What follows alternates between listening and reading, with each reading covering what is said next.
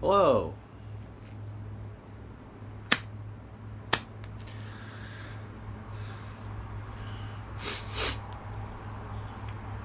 Blah, blah, blah, blah, blah, blah, blah, blah, blah. I don't know what to say to you. I just turned on the camera and I don't even know why.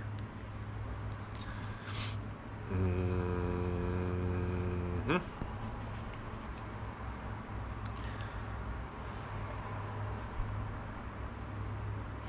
Roses are red, violets are gravy. I am sitting here.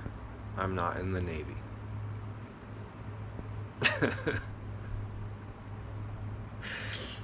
um, yeah.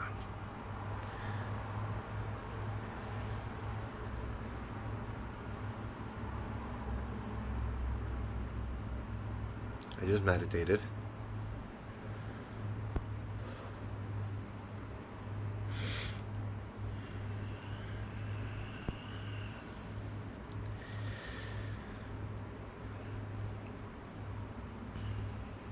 Which means I just cried for 30 minutes while positive reinforcing my breath.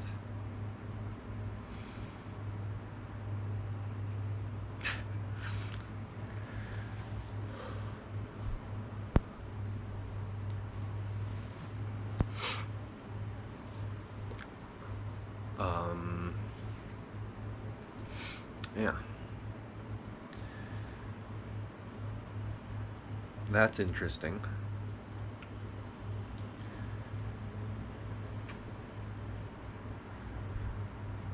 And it's interesting because I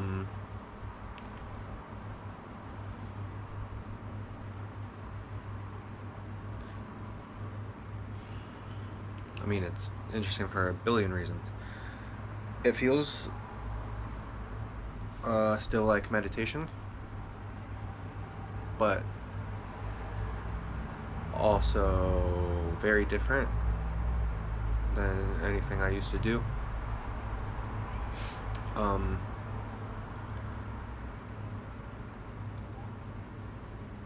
It's been a month and a half now since I've been able to feel anything else. So I can't imagine going back to like a normal kind of meditation where you just actually sink into the breath for a long period of time. Yeah, I don't know if I'll ever feel like that again. Maybe when I'm 60. I don't know. I don't know. And I don't want to speak anything into existence. But it's okay. It's not a problem. It's fine. It's fine.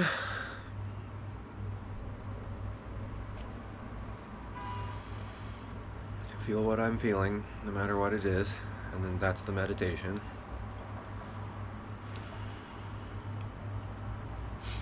But I used to try to meditate on the breath, and now I can't meditate on the breath. I have to meditate on these things that are arising that are so powerful that I can't help but feel them. And maybe that's good.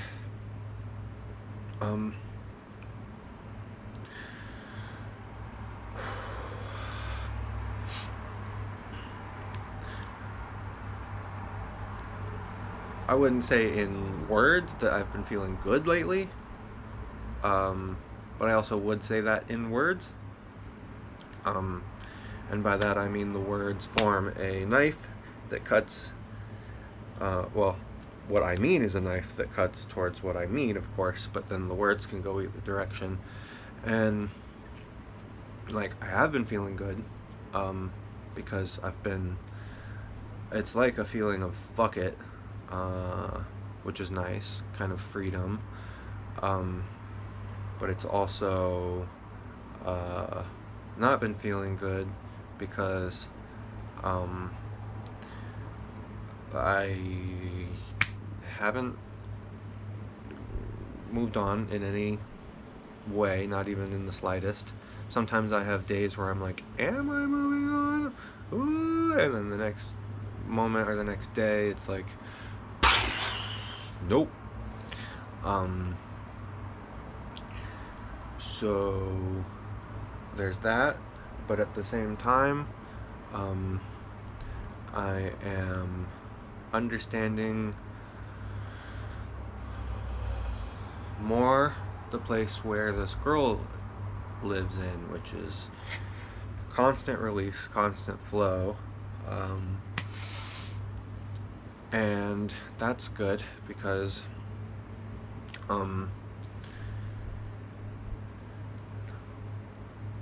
you have to be in that kind of place in order to feel everything when you are attached, when you're connected. When you're completely detached from everything, then you don't need to flow because there's nothing to flow about, and that's why there's a difference there.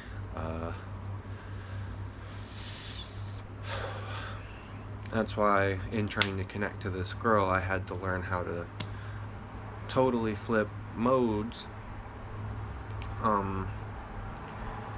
I just didn't learn it in time, and I don't see myself ever recovering from that. I don't see myself ever loving ever again. Whatever, it's fine. And at this point I'm just waiting. I'm in limbo, and I'm in limbo for the foreseeable future. I told my therapist I have a 5-year plan, that I will reach out to her in 5 years. I think now it's a 4-year plan. Yeah, I think I've reduced it to 4. I can't go down to 3 because 2 or 3 is potential. I mean, I don't know, this is how I feel right now. Potential years for when she would reach out to me, because in my video message to her I mentioned that I had thought about reaching out to her in a couple or a few years, and then she told me not to, and now I mean, she kind of told me not to. She didn't really tell me not to. She just she said, if you contact me in any way, shape, or form, I will take more unpleasant permanent measures, which means she'd block me, but that's also a now kind of thing, trying to get her back kind of thing. I don't think that really applies to a 3-year, like, hey, hi, kind of, reach out. Like, don't block me, or if you do, I'm bracing for impact.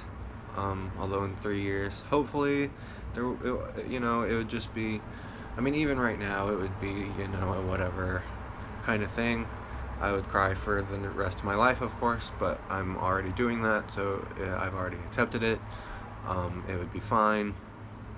So yeah, here I am. And there's nothing else. I feel flowy, which is nice, and aware of things, which is nice. So, the same as how I felt before all this shit, but now with content that's not my book, which is somewhat nice, because I am doing this right now instead of writing my book, and of course I'm always tired of talking about my book, talking about my book, and it's like I just want to be fucking done with it. And I feel bad talking to you, camera, about it nonstop, even though you don't care.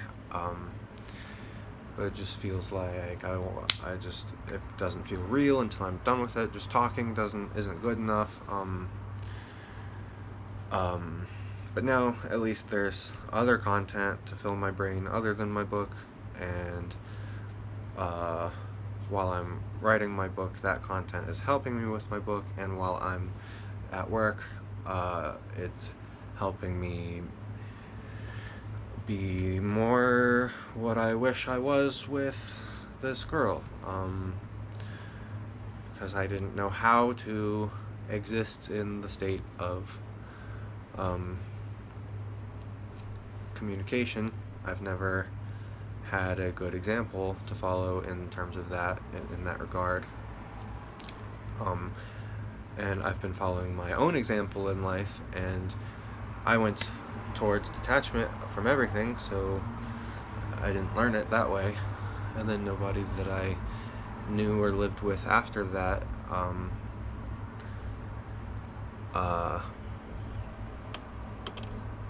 was any help. The monk that I lived with at the temple was actually a good example to follow, but I didn't understand at the time. And I thought he was just being nice, trying to comfort me during my constant, non-stop meditation. He was kind of providing me with like content to like, you know, like we would sit down for a meal together, and I would be focused on the meal, and he would be talking about like shit, and I would ask, respond and ask questions, but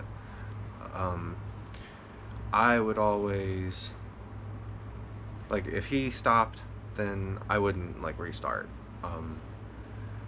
because I was a sucking in force.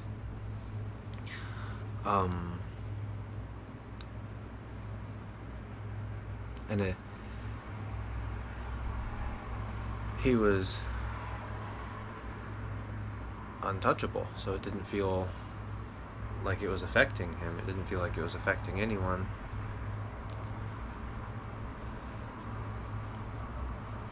And then I go away from him, and I guess I didn't realize it was kind of energy vampire-ish.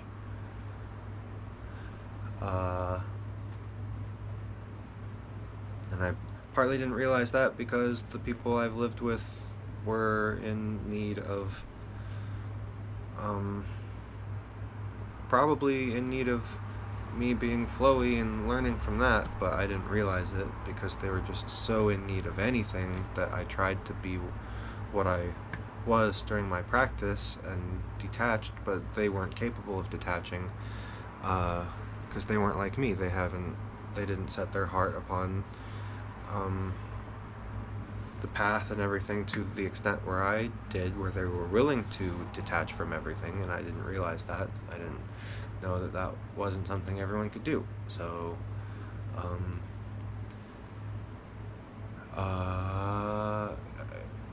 yeah, if I could redo that, then I would probably try to put myself in a kind of fuck it run on state of verbal nonsense, but at the same time I couldn't do that because I was so busy thinking and writing my book and shit, so I just should have lived alone and not lived with them.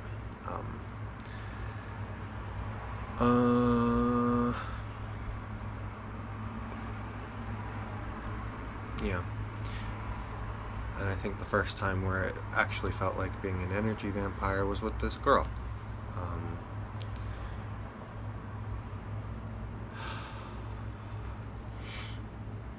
So, that sucks.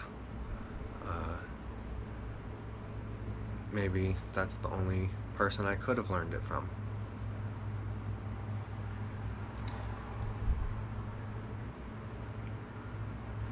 An angel.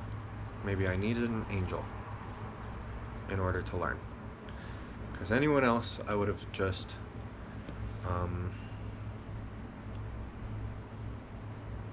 seen them for their sickness and tried to help in the way that helped me, even though I didn't understand that it wouldn't help them. it could have helped them if they were as genuine as I was in terms of the path, but not everyone is supposed to walk the path that I'm walking. An example of that is I just read about a Buddhist nun who put herself in solitary retreat for 45 years. 45 years! And I am just filled with love for this person immediately upon hearing it and saying it. 45 years! Not everyone is supposed to do that, obviously. People in the comments were all like, what the fuck? The Buddha taught about the middle way. This isn't the middle way. She doesn't even get it, but she 100% gets it. She is living as a sacrifice for the rest of us. She chose that, and maybe she chose it willingly, and maybe partly she chose it because of her past and her trauma and stuff, which led her to a place of needing to do that kind of thing. But I think the biggest reason is she did it out of love and out of a sense of feeling like not chosen, but choosing herself to take on this duty to see if there's anything higher, to see if we're missing anything, to give everyone like guardrails to, like, you know, you don't have to do this because this person did it, and she's saying here are the lessons that she's bringing back, and you can just learn from them. You don't have to do it yourself. It's the same kind of thing that the Buddha himself learned. I mean, of course, he did all sorts of ascetic practices himself. He was a wandering beggar and whatnot, but he could kind of speed run those things because other people for the past 100 years had devoted their entire soul and being to those paths of complete asceticism and had not come to the end of suffering or to a sense of liberation. And so everyone has their own depths to which they feel called or compelled to go, and mine has been up until now ascetic and completely detached, which I felt necessary both for myself and for my book.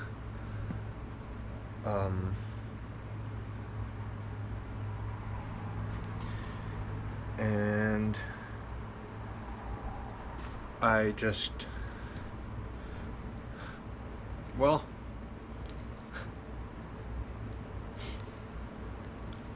it never felt like suffering, but it all concentrated in the suffering that I felt over this girl.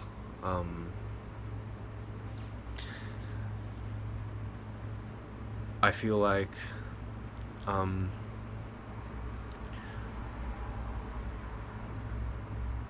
in not being able to meet this girl in the state of flow which my ascetic practice was devoted to, because my ascetic practice wasn't an end in itself, it was a devotion to a sense of liberation and flow, which I understood, but wasn't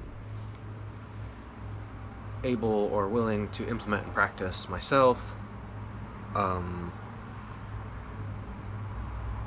and not understanding fully, but still devoted to, because it's the truth. So not understanding it, but still being devoted to it. Kind of like if I was a soldier and my emblems and my armor were like French, and I was being commanded by what seemed like a French commander to fight against the British, but then it turns out that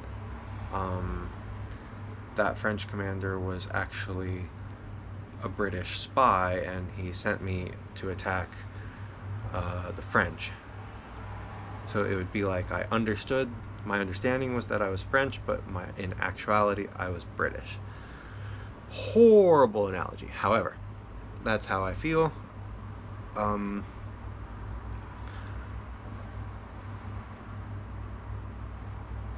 Ascetic emptiness was my devotion, and my understanding of freedom was couched in those terms.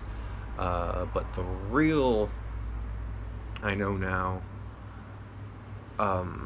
state that should be more widespread, and is more for everyone, and for no one. Okay, I only said that because that's what Nietzsche said about thus spoke Zarathustra, and it's kind of true in a cosmic sense. The universe living through the people who are in that kind of state, kind of idea. But anyways, more widespread and more what the future will hold instead of asceticism. I think as time goes on, fewer and fewer people will need or feel called to be ascetic. But I do feel like I was genuinely called to be ascetic.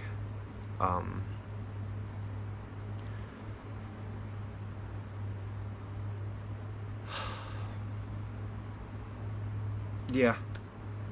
I don't even know if I finished that thought, but here I am.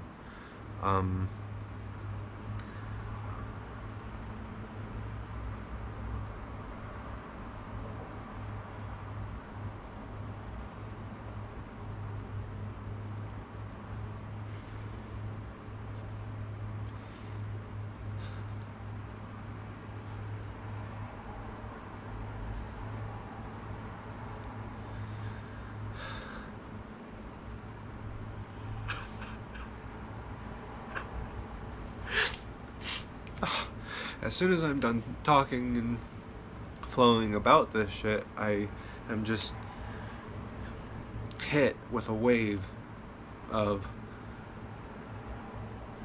more emotion about this girl, and my brain goes, and if I never reconnect with this girl ever again, and of course it's still convinced that it will never find love in anyone else.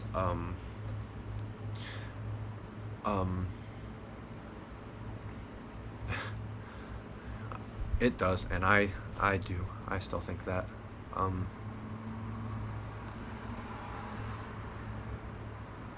Then it just has all sorts of stories. It like, with, you know, it's like fuck, and it's also like gratitude, like, because I'm devoting myself to this higher purpose, with, you know, my book or whatever, and it's like, okay, well, it's just making me, you know, better at that. So, you know, I chose this life. Okay, yeah, but that's what happens. And then I try to positively reinforce whatever I'm doing. And it's just waves, and that's okay. I can ride the waves. Yeah, I'll go ride waves now. Goodbye.